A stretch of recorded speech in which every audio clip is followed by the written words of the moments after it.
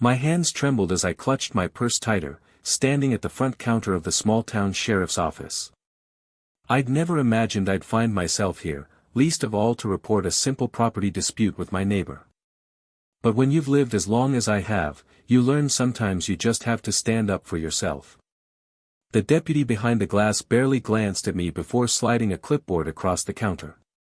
He muttered something without looking up, as if I were nothing but an inconvenience in his day. His name tag read Baker. He was young, tall, and broad-shouldered, with the kind of grin that made you feel small for even asking a question. "Fill this out, ma'am." "Sit over there and wait," he barked, eyes already back on his phone. I tried to keep my dignity, taking a seat by the faded magazine rack. Every few minutes, another deputy would come in, laugh at some joke, glance my way, and smirk. One even muttered, "What's she want now? Probably lost her cat again." Their laughter stung. Time dragged. I kept quiet, shoulders squared, staring at the cracked linoleum, determined not to show any emotion.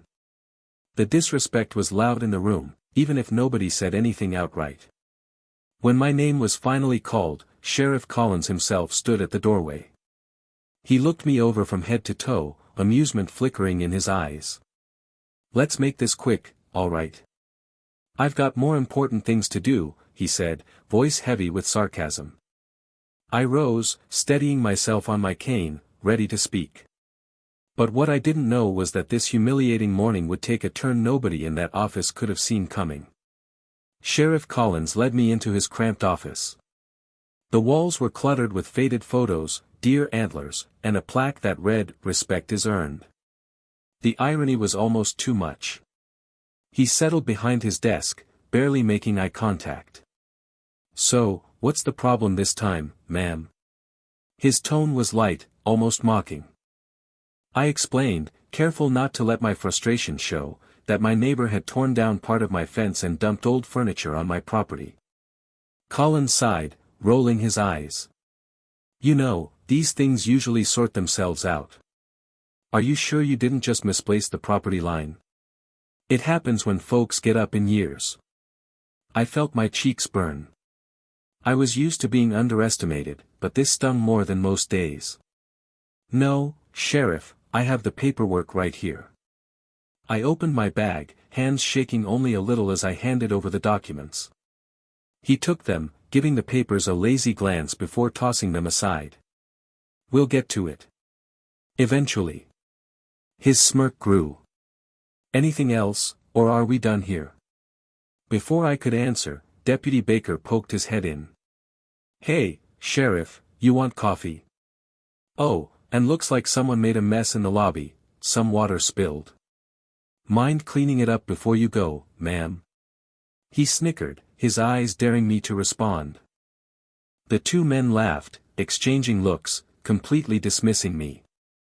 I felt a knot tighten in my stomach. Years of holding my tongue in situations like this flashed through my mind, but something told me this time would be different. I forced myself to keep my composure, standing a little straighter. I refused to give them the satisfaction of seeing me rattled. Sheriff Collins leaned back in his chair, swirling his coffee. "Tell you what," he said, voice dripping with sarcasm, "maybe your son can help you out with the neighbor. Isn't he the handyman around here?" I blinked in surprise. The last time my son, Marcus, visited, he fixed a loose step on my porch, but his life was far from that of a handyman. I smiled politely, not bothering to correct him. Deputy Baker joined in, shaking his head. "If I had a son, I wouldn't let my mother deal with this stuff alone. Must be nice to just send her down here so we can babysit." The two men laughed again, louder this time, their amusement at my expense echoing off the walls. Suddenly, the phone on the sheriff's desk rang. He glanced at the caller ID and instantly straightened up. "It's the mayor," he muttered, suddenly losing the lazy swagger in his tone. He answered quickly, voice tense. "Yes, sir, Sheriff Collins speaking," his face paled as he listened, nodding rapidly, eyes darting toward me. I couldn't hear what the caller was saying, but the mood in the room changed instantly. Collins stammered, "Yes, sir, of course, sir. I understand. She's here right now." "Yes, I'll make sure she's treated properly." He hung up, swallowing hard. The room fell silent except for the ticking clock on the wall. Baker looked from Collins to me, confused, the smirk wiped clean from his face. Something had changed, and for the first time that morning, I could feel the balance shifting. Sheriff Collins shifted in his seat, suddenly much more attentive. He cleared his throat and managed an awkward smile. "Ma'am, why didn't you mention you had such important connections?" His voice was almost respectful now, but the confusion in his eyes was obvious. I looked at him steadily. "I didn't think it was necessary," I said quietly. "I just came here hoping to be treated fairly, like anyone else." Collins stood up abruptly, smoothing his uniform and picking up the papers he'd tossed aside just minutes ago. He now examined them carefully, nodding and making notes. Deputy Baker hovered near the doorway, suddenly silent, eyes wide and uncertain. Moments later, the door swung open, and a tall, sharply dressed man stepped into the office. His presence commanded the room instantly. Dark suit, polished shoes, and a federal badge clipped to his belt. He carried himself with the kind of quiet authority you couldn't fake. "Good morning, gentlemen," he said, his voice calm but firm. "I'm Special Agent Marcus Ellis, Department of Justice. I believe you have some business involving my mother." Baker's jaw dropped. Collins stammered, "We didn't realize." "I mean, sir, Marcus didn't raise his voice, but his words were clear and powerful. "That's exactly the problem. You didn't care to ask who she was, or how she deserved to be treated. I'd like to discuss that. Now." I watched the two men shrink under his gaze, realizing they had just mocked the wrong person, and in front of someone who would make sure they answered for it. The room felt colder as Marcus stepped fully inside, closing the door behind him with a soft, final click. Sheriff Collins' confidence had evaporated. He looked smaller now, shuffling through my paperwork as if it were suddenly fragile. Deputy Baker backed away toward the wall, arms folded tightly. He avoided my gaze and especially my son's. Marcus fixed his attention on Collins. "My mother came here for help. Instead, she was mocked and dismissed. That ends now. I expect you to document her complaint properly and begin an immediate investigation into her property dispute. If there are any delays or further disrespect, you'll answer to the DOJ and the mayor's office directly." Collins nodded, sweat beading on his forehead. "Yes, sir. Of course, Agent Ellis. We'll get right on it." His voice was thin, almost apologetic. Marcus turned to Baker. "And you, Deputy? Is this the way you treat every citizen who comes in for help, or just the ones you think no one will notice?" Baker's face reddened. "No, sir. It won't happen again." "I'm sorry, ma'am," he mumbled, unable to meet my eyes. Marcus took a seat next to me, his presence filling the room with calm authority. "You see, gentlemen, respect isn't something you offer only when you know someone's title. You treat every person who walks through that door with dignity. My mother deserves that, and so does everyone else in this town." For the first time that morning, I felt a wave of relief. I looked at my son, pride swelling in my chest, as the two officers fumbled to make things right, finally understanding just who they had underestimated. Sheriff Collins busied himself collecting the paperwork and offering me a fresh cup of coffee, his hands still shaking. He kept glancing nervously at Marcus, as if waiting for further reprimand. "I assure you, Agent Ellis, we'll have deputies out at your mother's property within the hour," he said, voice overly eager. "And, Mrs. Ellis, if you need anything else, anything at all, you come directly to me." Marcus nodded, not letting Collins off the hook. "You'll make a formal report to the mayor as well. I expect a written apology, and I'll be reviewing the body cam footage from today. My mother will let me know if there are any more issues." Collins's jaw clenched, but he forced a smile.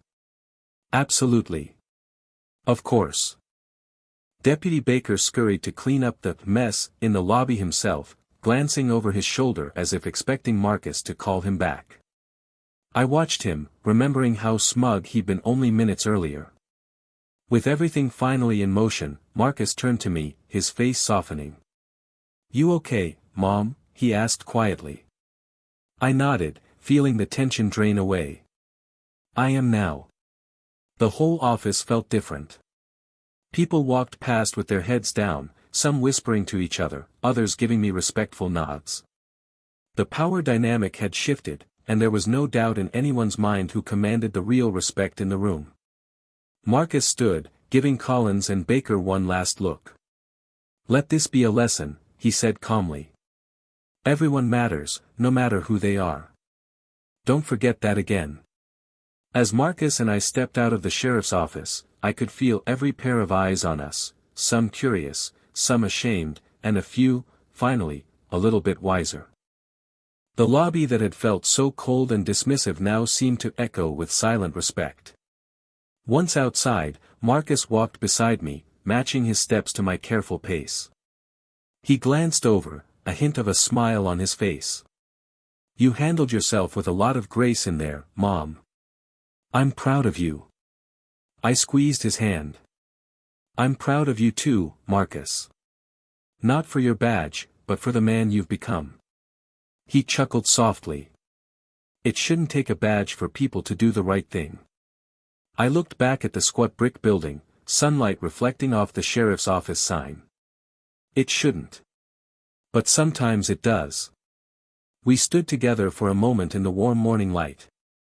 I felt lighter than I had in weeks. I wasn't just relieved that my issue would finally be addressed, I was glad those men had been reminded what it truly means to serve the public. As Marcus helped me into his car, he promised to come by for dinner that night. "And next time," he said, smiling, "maybe we'll just talk about your neighbor's fence over a slice of pie." I laughed, finally able to let go of the morning's humiliation. I knew things would be different in this town, at least for a while. And if not, well, now they knew exactly who had my back. The drive home was quiet, the kind of peace that settles in after a storm. Marcus let me sit in silence for a while, his hands steady on the wheel, sunlight pouring through the windows. The weight of what had happened in that office slowly lifted as we turned onto the familiar streets of my neighborhood. When we pulled up to my house, Marcus parked and walked me to the door. The neighbor's old furniture still sat by the torn fence, but I didn't feel the same frustration. I knew the sheriff's deputies would come soon, this time taking my complaint seriously. Before he left, Marcus gave me a long hug. "Don't ever let anyone make you feel less than you are, Mom," he said softly. "If you ever need me, you know how to find me. But I think you handled those men better than anyone else could have." I watched him drive away, pride and gratitude mingling in my chest.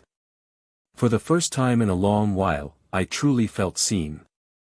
Not just as someone's mother or as a woman with a problem, but as a person who deserved dignity from the start. Later that afternoon, true to Collins's word, 2 respectful deputies arrived to take photos and document everything properly. They addressed me as Mrs. Ellis, listened closely, and treated me with the kind of decency that should never require a reminder. Word of what happened spread quietly around town. Some people glanced my way with newfound respect. Others were simply kinder, more careful in their words. I knew things wouldn't be perfect overnight, but I also knew I had set a new standard for myself and for others. And in the days that followed, as the fence was repaired and the last of the furniture hauled away, I found a deeper sense of peace. The world might not always get it right the first time, but sometimes all it takes is one person standing tall, and another willing to have their back, to remind everyone how things should be. Weeks passed, and life in my small town settled into its usual rhythm. But for me, everything felt just a little bit different. Neighbors I'd barely spoken to before now stopped by to say hello or offered to help with yard work.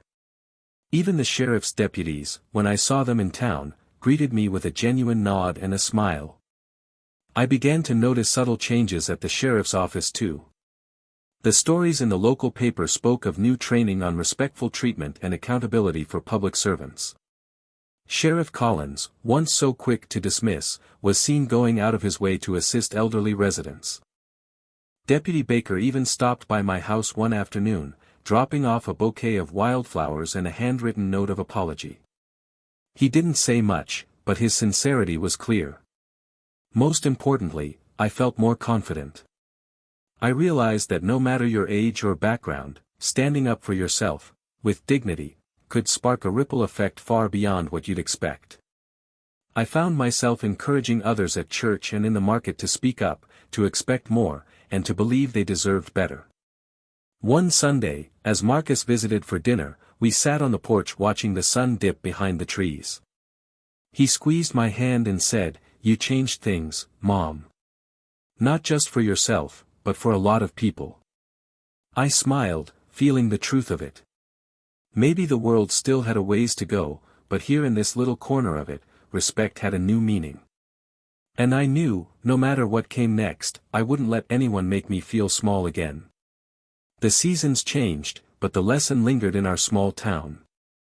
The sheriff's office, once known for its dismissive air, was slowly becoming a place where people felt they could be heard. Stories filtered through the community of neighbors receiving fair treatment, of apologies given, and of a new kind of watchfulness over how folks were addressed. Marcus visited often, each time finding me a little more at ease, a little stronger in my own skin. We laughed more. The fear and frustration I once felt at being ignored faded into something steadier, pride, and a quiet kind of power.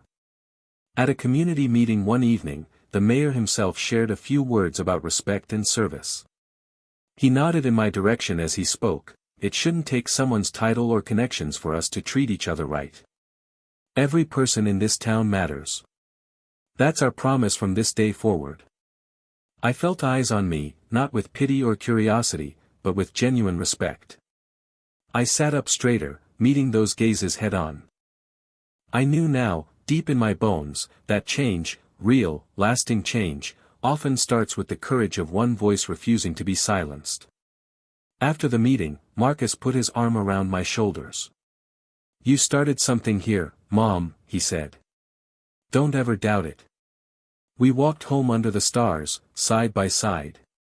The air felt lighter. For the first time in a long while, I believed the future could be different, not just for me, but for everyone who'd ever been made to feel invisible. And I knew, no matter what, my story would stand as proof that dignity cannot be taken, only defended. And sometimes, the people you least expect can teach a whole town what real respect looks like.